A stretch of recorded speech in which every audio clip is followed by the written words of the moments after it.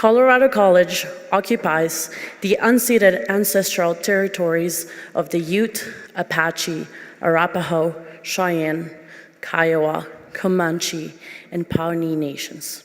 Through colonization, forced relocation, and land dispossession, we acknowledge that the land still holds the history and traditions of these early Indigenous peoples. We acknowledge that they are the original caretakers of these lands. We pay respect to their ancestors, elders, youth, past, present, and future.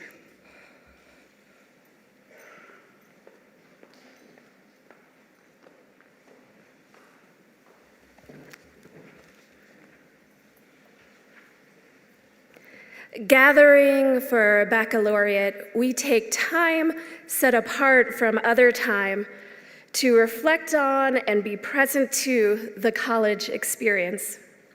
As we lift up and celebrate the class of 2026 today, we are invited to hold this moment in its fullness as we pause and reflect on what it means to flourish, to thrive, to let ideas and experiences unfold and shape us in transformative ways, honoring the beauty and complexity, the challenges and growth of our CC experiences as they are, and as we might have desired them to have been, knowing that we had the courage to imagine and live into new realities along the way. And as we do so, we open space to embrace the relief and unsettledness, the excitement and hesitation as gifts that come from having been authentically present to and engaged in this amazing education and community. In this moment, mindful of our gratitude, mindful for everything we have learned and all that it took to get to this moment today, acknowledging the sacrifices and growing pains. We remember those who have nurtured us, inspired and worked hard to make this day possible. Those who are here today in body, those who celebrate with us from a distance, and loved ones who have died and are present with us now in spirit. As we breathe deeply and slowly, creating space for the wisdom of what we hold as sacred to surround us, may we be present to this time, to each other, and to our experience of this place. May it be so.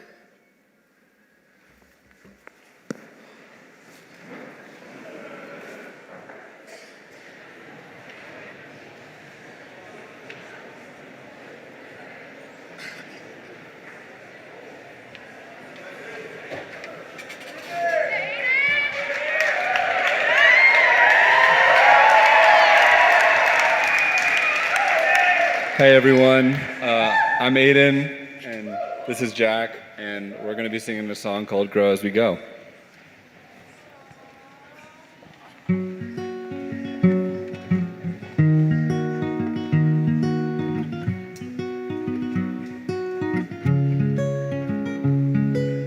You say there's so much you don't know. You need to go and find yourself. You say you'd rather be alone, 'cause you think you won't find it tied to someone else. Who said it's true that the growing only happens on your own? They don't know me and you. I don't think you have to leave. If the change is what you need, you can change right next to me. When you're high, I'll take the lows. You can ebb and I can flow, and we'll take it slow and grow as we go. Grow as we go.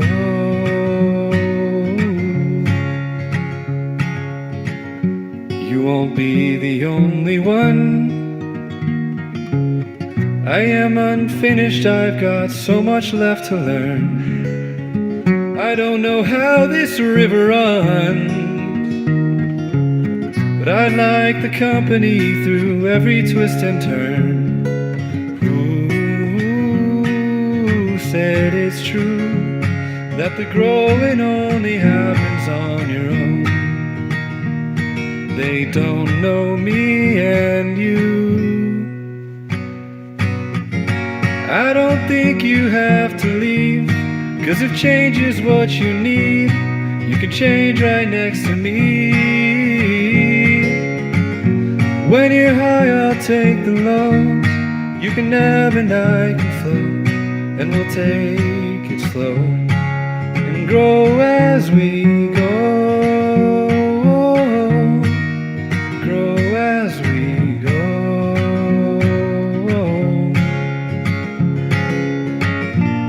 I don't know who we'll become. I can't promise, it's not written in the stars, but I believe that when it's done, we're gonna see that it was better that we grew up together.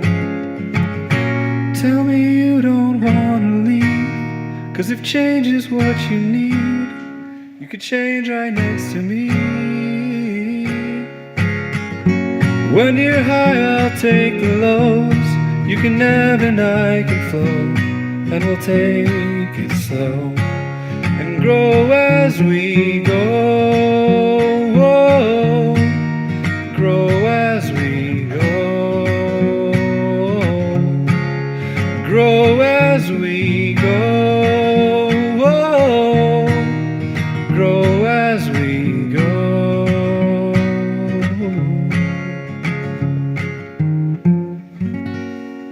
Thank you.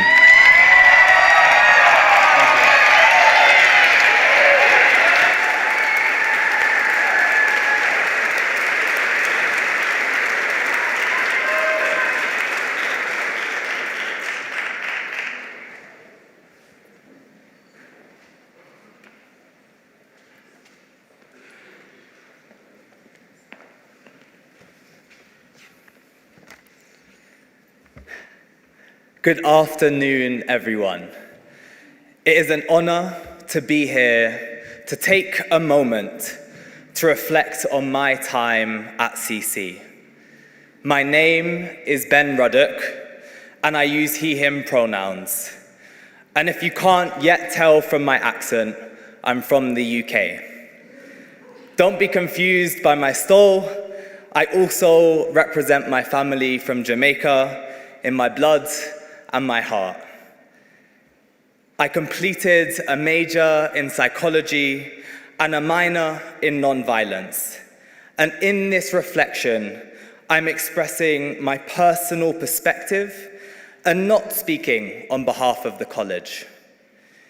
My time at CC has been a challenging one, but I wouldn't have learned much if it hadn't been. Since I began 4 years ago, I have learned a lot about social injustices that are happening around the world, in my home, and in the US. Through this, I have built a lot of anger, but I've also had the chance to observe and be among communities that have shone a glimmer of hope. This balance between anger and hope has been difficult, but my work and classes, I have learned the importance of discovering and holding on to this discrepancy.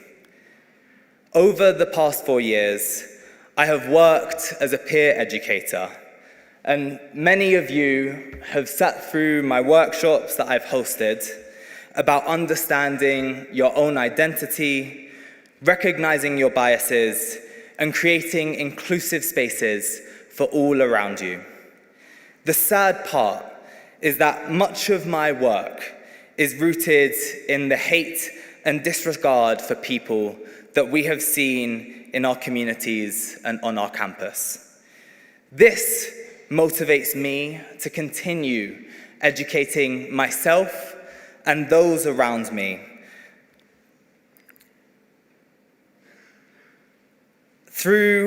However, my main motivation is the people who have come up to me and shared the positive impact our workshops have had, how people have felt empowered and safer through creating awareness and giving them a space to advocate for themselves and those around them. As well, through my role as a co-leader in Advocates for Immigrant Justice, alongside Etelin Tapia Andrade, I have engaged in conversations and connected with undocumented scholars around this nation. While I have learned about the harms caused by the US immigration system and how this system has encroached more and more on the lives of undocumented people, I have also learned about the incredible work that immigrant rights groups, undocumented youth movements, and the Power community who have had and continue to stand in the face of persecution. I have witnessed and discovered the strength and power of collective action.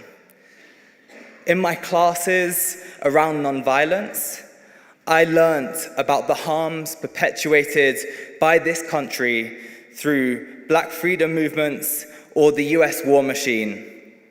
However, I have also had the opportunity to connect with people who are working in opposition to all of this harm. For example, I met members of the Bijou community who refused to pay taxes to fund war, and instead they used their time and their resources to directly help those in Colorado Springs who are in need.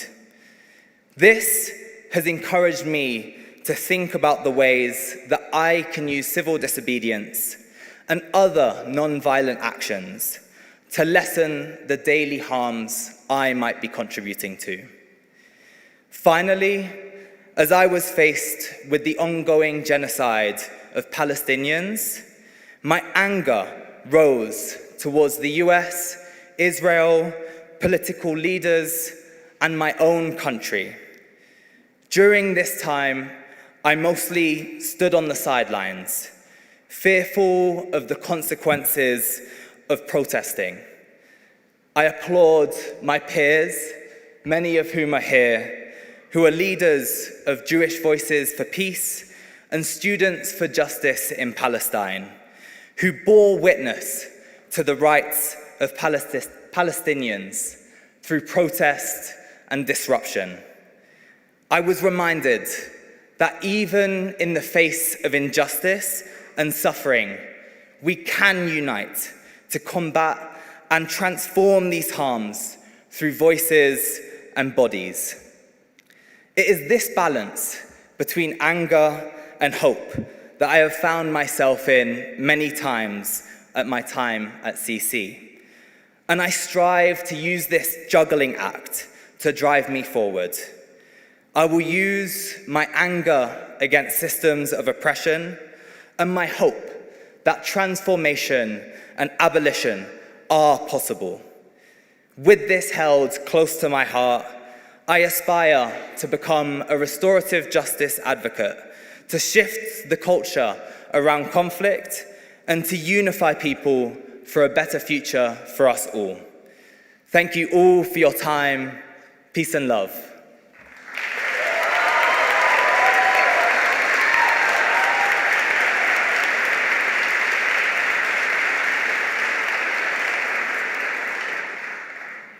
My freshman year of undergrad, I picked up a habit of writing down every quote I heard in my notes app. Motivational ones, funny ones, ones related to my faith. If I liked it, it got typed up and added to a growing list I could always come back to. At first, it was just a habit. But looking back, that list reads less like a collection of quotes and more like a record of who I was becoming. Throughout my time at Colorado College as a neuroscience student, I kept coming back to the same idea. Mindset shapes how we experience the world, how we interpret stress, failure, uncertainty, it all comes back to how we choose to see it. One of the first quotes I saved was, "A negative mind will never give you a positive life. And college will test your mindset." There were moments I sat in classrooms questioning whether I truly belonged. As a first-generation student, that feeling showed up quietly, in hesitation, in self-doubt, and comparing myself to people who seemed more certain than I felt. But over time, things shifted. I realized those moments weren't proof that I didn't belong. They were part of learning how to belong. Not by shrinking myself to fit into a space, but by growing into it. And that growth showed up in small ways, in speaking up, in trusting my perspective, in allowing myself to take up space without constantly questioning it. When I look back now, I'm not just proud of what I've accomplished, I'm grateful. Grateful for the growth, but also for the opportunity to grow in the first place. Because being here, having access to an education, having the space to learn, to struggle, and to figure things out, not everyone is given that. And it's easy to forget that this is a privilege. My sophomore year, I came across another quote. "The most powerful protest is advancing your education and your career. Let's claim spaces where we're told we don't belong." That stayed with me, because for many, being here carries meaning beyond the individual. Instead of focusing on what's taken away, it feels more honest to ask what this experience has changed. For me, it's perspective, it's confidence, and it's a deeper trust in my ability to grow, even when it's uncomfortable. Neurologically, our brains are shaped by experience, constantly adapting and changing over time. So in many ways, we're all still learning, still becoming. The mistakes, the failures, the doubts, they're part of that process. Not something to carry as identity, but something to learn from and move forward with. When I look back at my notes now, I don't just see a bunch of quotes, I see moments. I see versions of my mindset and the growth that came with them. And I realize that the process isn't finished. We're still becoming. So be present enough to appreciate today, grounded enough to learn from the past, and open enough to grow into whatever comes next. As one Arabic saying goes, "ما مضفت والمؤمل غيب ولك الساعة التي أنت فيها." What has passed is gone, what is to come is unseen, and what you truly have is this moment. Thank you.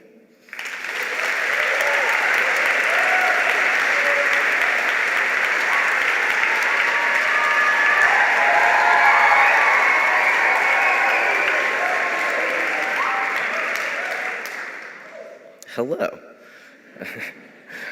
Before I begin, I just want to say that in this reflection, I'm expressing my own personal opinions and experiences. I'm not speaking on behalf of the college.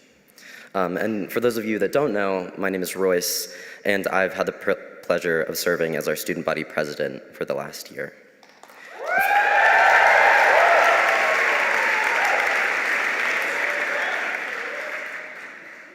I moved into Loomis 4 years ago listening to Bruce Springsteen's My Hometown. If you're unfamiliar, essentially he's talking about how his small town is changing, about how he's thinking about getting out of a place that he loves, but only nostalgically. I really loved that song a lot. I'm a very different person than when I moved in 4 years ago. Fresh out of my small town at 18, I felt pretty uncertain about myself. I was really enticed by this idea of getting out.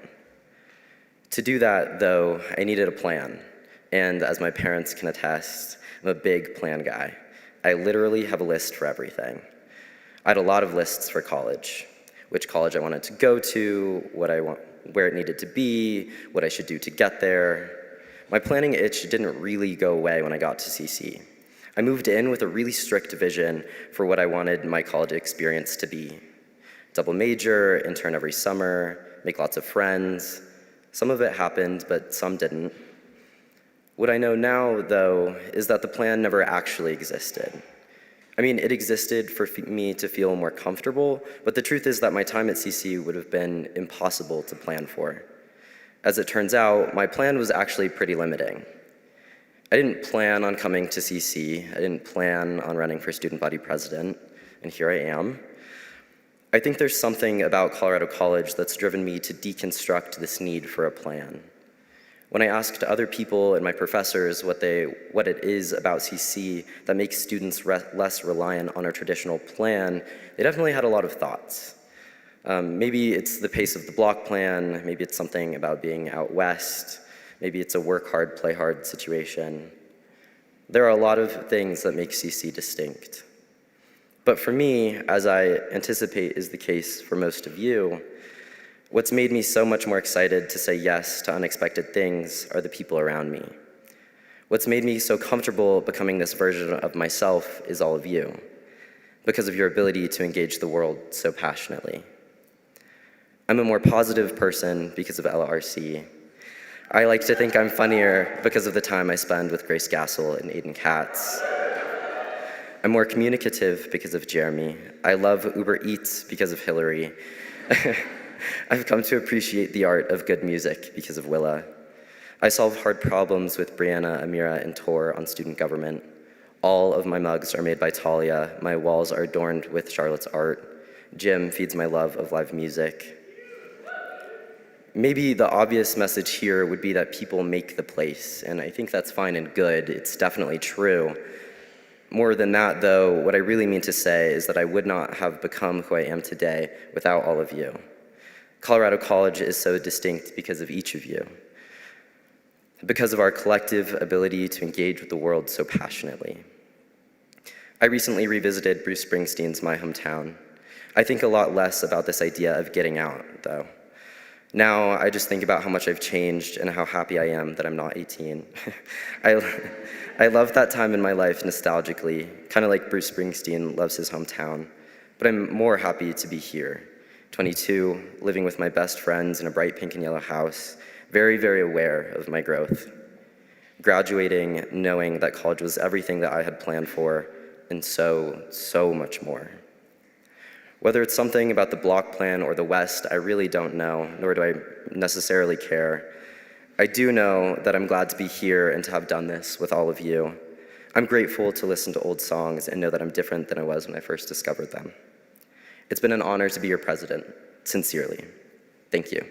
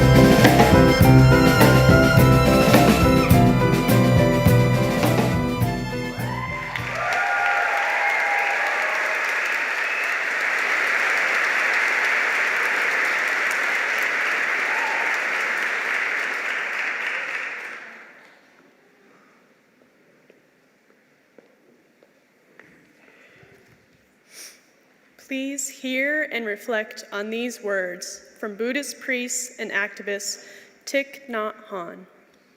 To create fundamental change, we, the members of society, have to transform ourselves. If we want real peace, we have to demonstrate our love and understanding so that those responsible for making decisions can learn from us. Worrying does not accomplish anything. Even if you worry 20 times more, it will not change the situation of the world. In fact, your anxiety will only make things worse. Even though things are not as we would like, we can still be content, knowing we are trying our best and will continue to do so. If we don't know how to breathe, smile, and live every moment of our life deeply, we will never be able to help anyone. You do not live just for yourself. You live for other people. Your peace, freedom, and joy also profit others. You are already helpful. It is my proud honor to present Dr. Lori Driscoll for her talk titled, "Where is the Joy?" Coming to CC, I was dead set on being a neuroscience major. However, when I didn't get into the Intro to Neuroscience class, I was crushed. I decided to muster up the courage to go talk to the professor and plead with them to let me in. Despite being scared out of my mind, I mustered up the courage to ask if they would let me into the class. I was first on the wait list, after all. She paused for a moment, looked at me, and said, "You seem like a competent person." "Sure." These words continue to shape how I view myself. That professor is Dr. Lori Driscoll, professor of psychology and neuroscience, a gem I wasn't expecting to find. She's brilliant, funny, and able to explain complicated concepts on a whim. She has a certain knack to make me think about the world differently. Her consistent presence in the department has brought me great delight. Knowing that there is a steady presence to turn to in the middle of college chaos has been so helpful for not only me, but for so many others. Please join me in welcoming Dr. Lori Driscoll to the stage.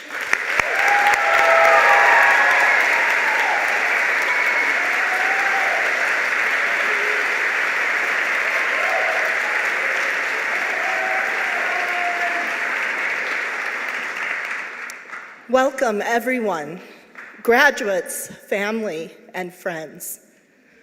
To my husband, Jonathan, happy 30th anniversary.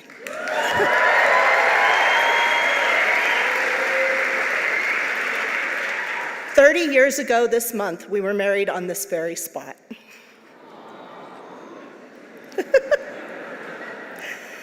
2026 graduates of Colorado College, congratulations to you. We are thrilled to celebrate the people you have become. You are, in fact, exactly the people our world needs right now. Never forget that the world takes the shape of the people who are in it, and your presence is valuable. Graduation is my second favorite occasion in my job as a professor because we get to celebrate your accomplishments. We get to meet your families, and we get to see you cross over into the next step of your lives. But my favorite occasion as a professor is actually 3 to 5 years out from graduation, when you write to update us on what you've been doing. So if you take nothing else from this speech, take this: you better keep in touch. The postgraduate check-in is my favorite occasion, because by that time, your anxiety has ramped down a lot. Even though you tend to have more responsibilities than you did in college, you will have grown to meet those responsibilities.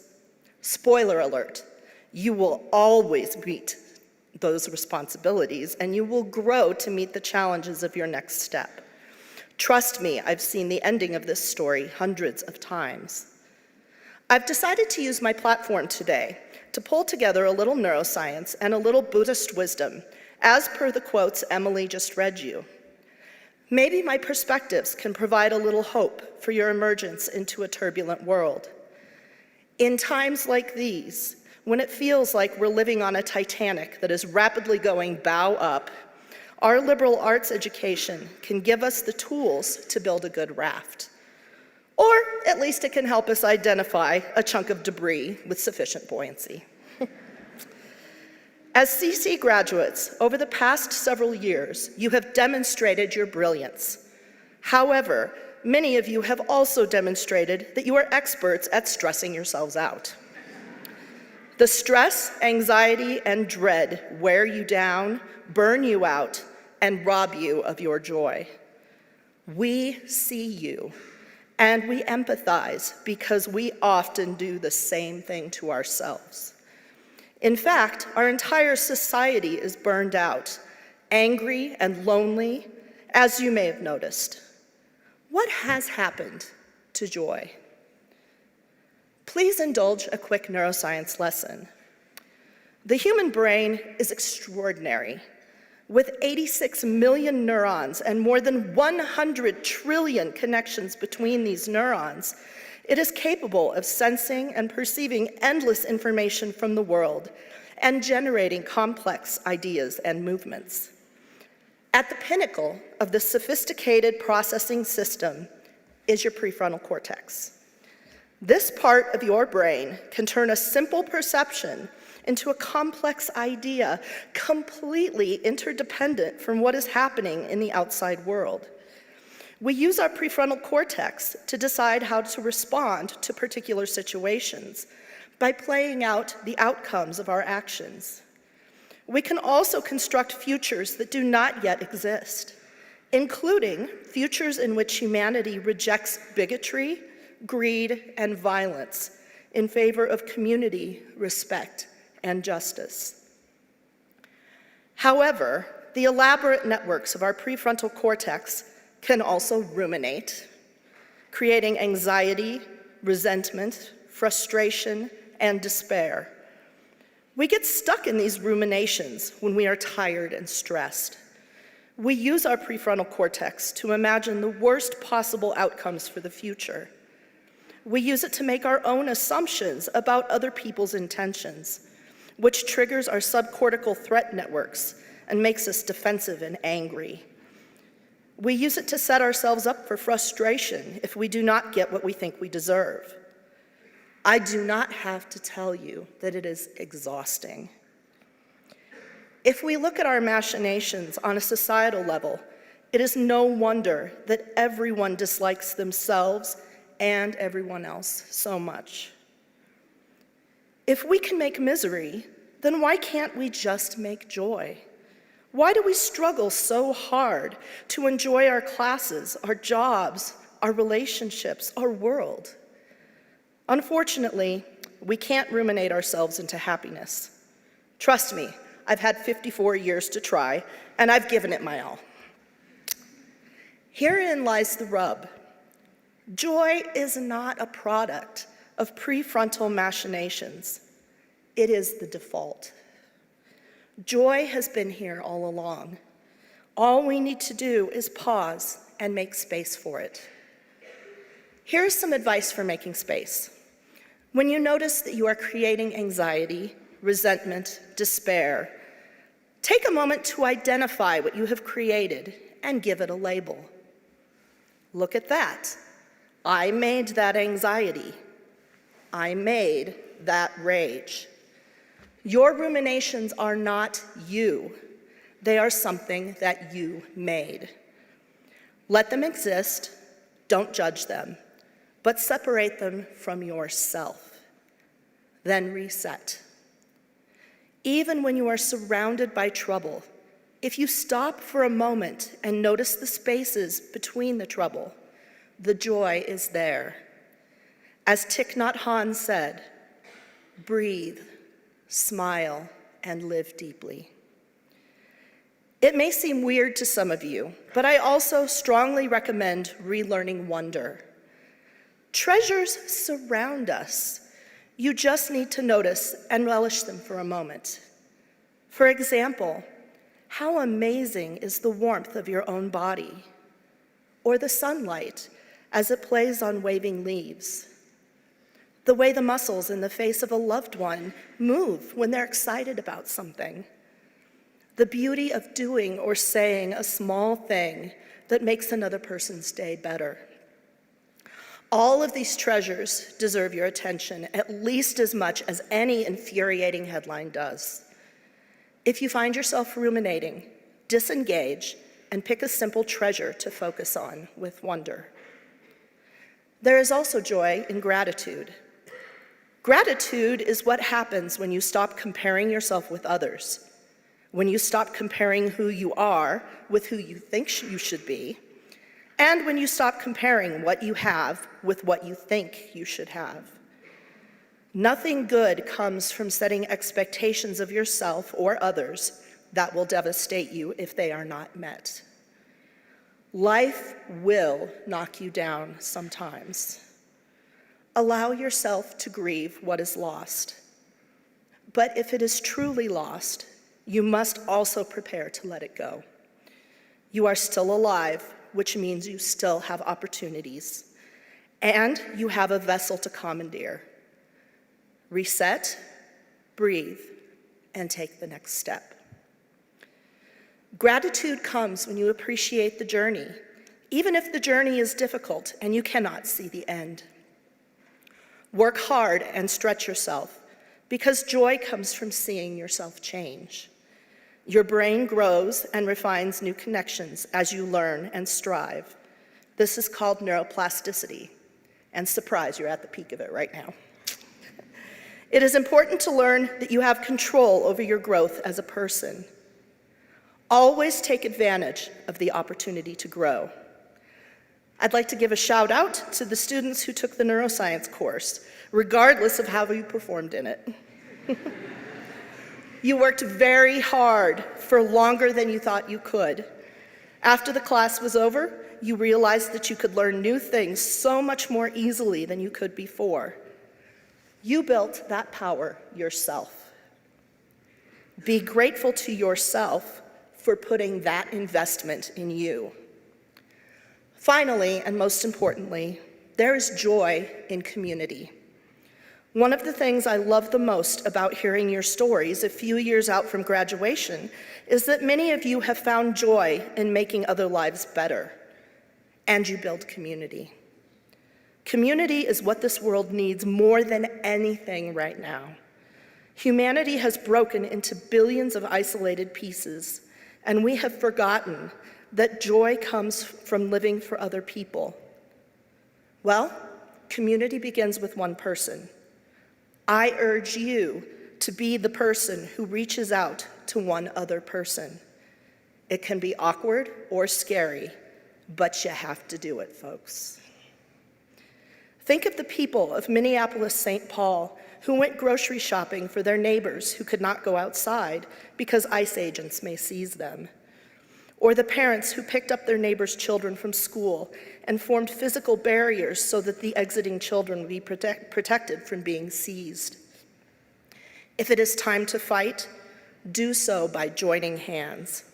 By coming together, community multiplies joy, and numbers build power. Remember, the world takes the shape of the people who are in it, and your presence is valuable. Look around always, notice the treasures, and share joy. Listen to others and seek community. Be community. And take a breath and reset once in a while. Thank you.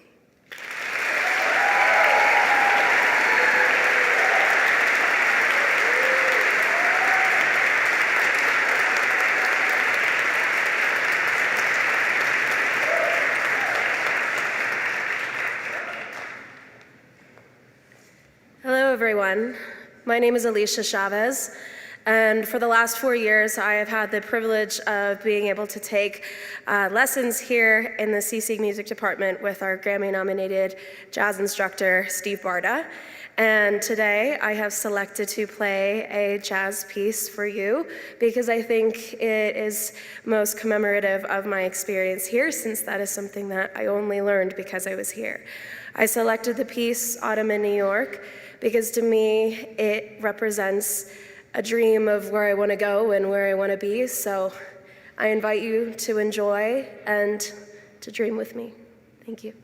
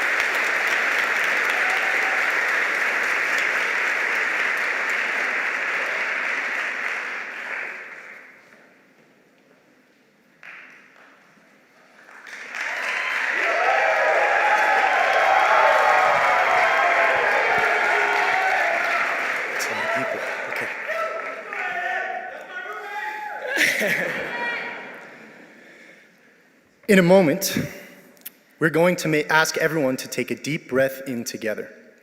But before we do, let's make sure we're on the same page. By now, I imagine you're all ready for the next event. Us too, we've got places to be. Whether it's a department reception somewhere on campus, dinner with your family, or a commencement tomorrow morning, we all have a next thing waiting for us. That's who we are as Colorado College students. We're busy, we're itinerant, we're following curiosity. We move from one class to another, from one commitment to the next, always reaching towards something just ahead. And that won't stop when we leave here. There will always be a next thing. But right now, there doesn't have to be. Right now, we are here. We are sitting together in Shove Chapel. Maybe this is a place you come often. Maybe you've hardly been here at all. Regardless of how often we've sat in these pews, this place has been a part of the rhythm of our time here. The bell rings in the background across campus, marking time whether we're paying attention or not. We've all heard it. On the way to class, half awake in the morning, it jolts us into position. At 12 o'clock, it comes with a sigh of relief. Class is over. Time to move on to the next. Sometimes it lets you know you're late. Sometimes it wakes you up from naps. At night, you might hear it one last time when you walk home from hours of dancing. It's been there, steady the whole time. But for once, we don't have to move when it rings. We don't have class, we don't have commitments, and considering the cause for celebration, we don't even have to go to sleep. So instead, let's do something we don't do very often. Let's take a breath, not as individuals rushing off in different directions, but together in the same place at the same time. Just for a moment, nothing is ahead of us. Nothing is pulling us away. So take a deep breath with us. Breathing in all that you are grateful for in this moment, hello, and your experience at CC. This includes you too, families. And breathing out anything you want to release from the past few years. One more time. And this time I encourage you to breathe out with a sigh, as if the Shove bell just rang. Class is over, but we have a moment to ourselves. Breathing in.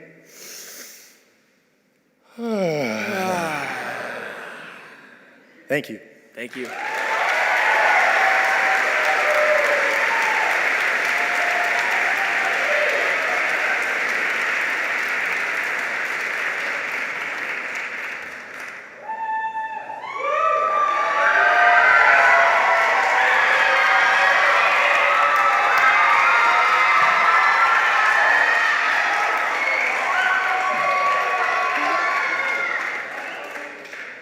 Hello everyone, my name is Claire Ackerman, and today I am presenting my band Traffic Jam.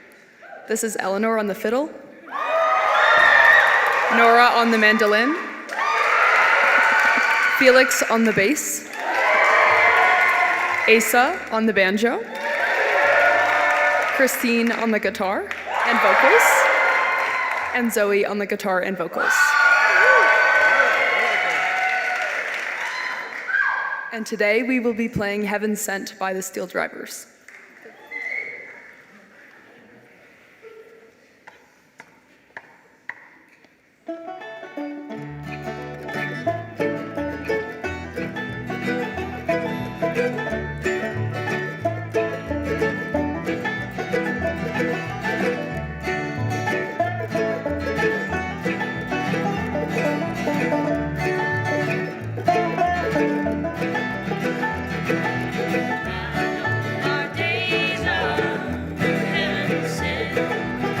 God knows I know how.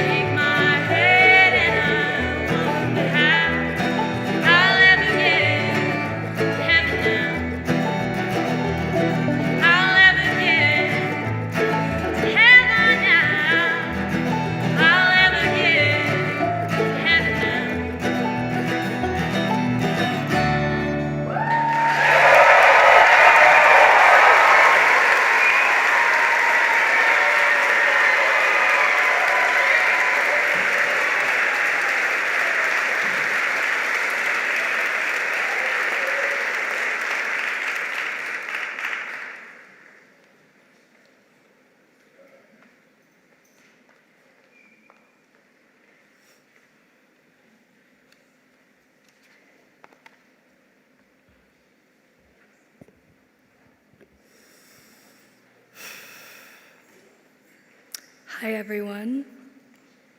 My name is Keiko Ito, and I'm honored to give the benediction.